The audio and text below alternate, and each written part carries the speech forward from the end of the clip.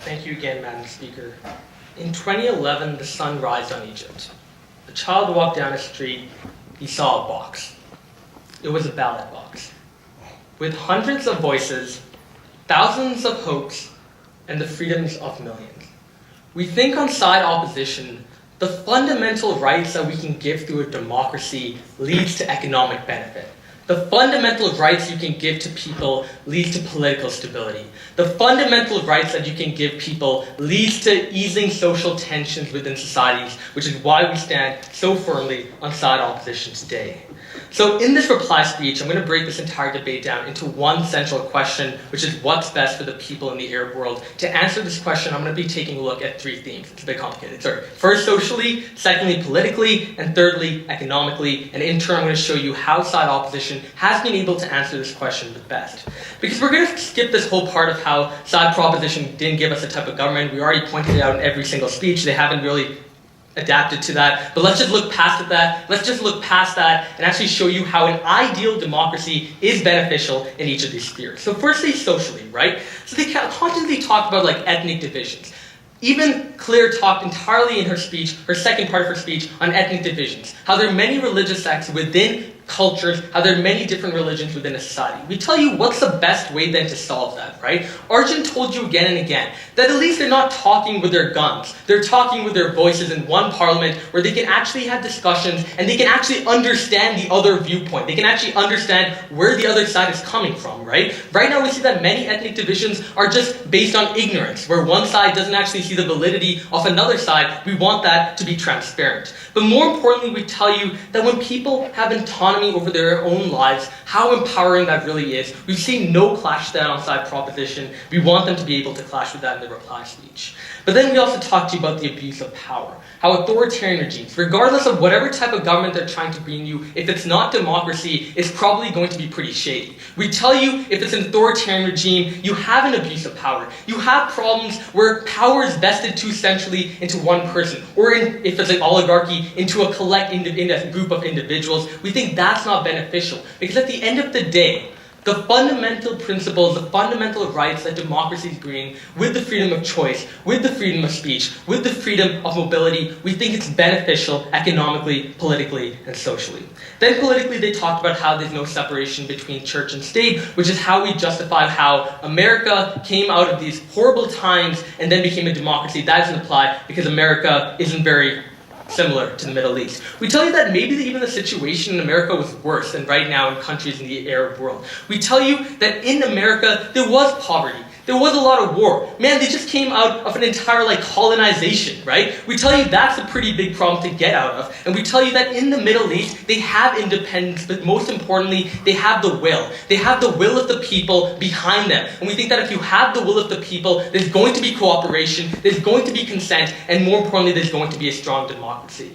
And finally, economically, it's just basic math, right? We really look into Arjun's speech, and when he talked about when you have human rights which are soaring, you have economies also that are doing well. Because people aren't being oppressed, right? They can have a say. They're not afraid to go out the next day and hope that they won't get shot down. We tell you minorities also a part of a society, and many minorities become dominant, like we've seen in the Philippines and Indonesia. We tell you minorities need to also be considered. We saw no rebuttal or any clash to minorities being present in discussions on proposition. So at the end of the day, Madam Speaker, who really shows you what's best for society and what's best for the people in the Arab world? A side that's idealistic or a side that's actually practical and looking towards one solution for the answer to many?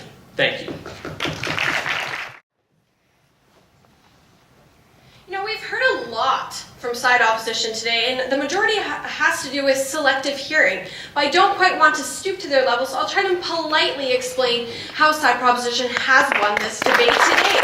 So let's start off by asking ourselves, what has this debate actually come down to? And it really boils down to two main things. And number one, it's basically, what type of government is most suitable for the Arab world? And number two, do we need stability first, whether or not this is true? And so I'll show you why both of these points clearly falls on our side of the house. And now, so let's talk about this first idea. Now, we've heard multiple times from side opposition, and yes, we heard them all of those times, that we haven't shown what government we would put in place instead. But we addressed this every single time they brought it up by saying this debate is saying prefers. So if we had a choice, which would we choose? And what we are choosing is the government form that's going to create stability for that country. I don't know how many times I need to reiterate this until they hear it. And so then we also look at this idea that we're not saying authoritarian, we're not saying totalitarian, we're saying what's going to bring about stability.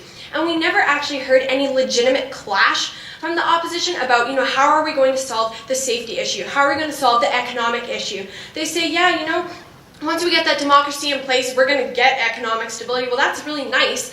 Egypt has democracy right now, and their economy is declining quite drastically, I might add. And so once again, we see a complete blatant disregard for the evidence brought up on this side of the House, and we would like you to see that.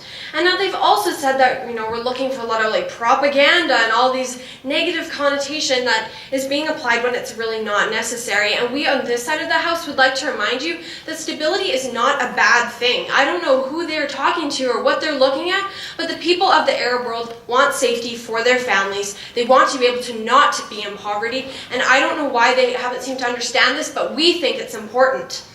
And so we also get into this idea, our second theme, do we need stability first? And the idea is that yes, we do.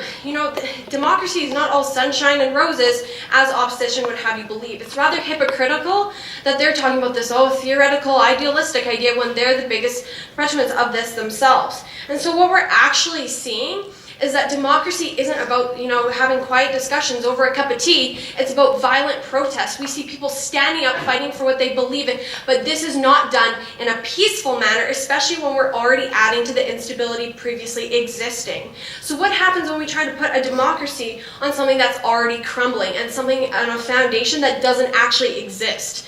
What happens? The democracy doesn't stick, or we continue to have the same instability that is continuing this cycle of poverty, economic downturn, safety concerns.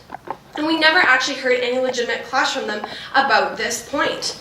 And we also said on side proposition, if we don't have stability first, we open the door for radicals to come into power.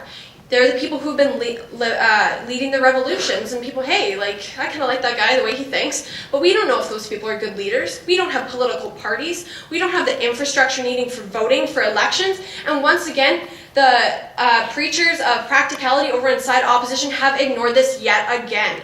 And so what we're really seeing here on side proposition is that when we take a look at this from both the theoretical and the practical side, is that opposition has completely ignored the majority of our case. And what continues to stand is the fact that what type of government is going to be most suitable right now is one that is going to make the Arab world stable, going to make it safe, going to help it to prosper until we are then able to develop what we need to actually put democracy into place. And we also see that we need stability first, ladies and gentlemen. It is necessary for a strong democracy, for the safety and economic prosperity we wish to bring to the Arab world. And that is why we continue to stand proud to propose. Thank you.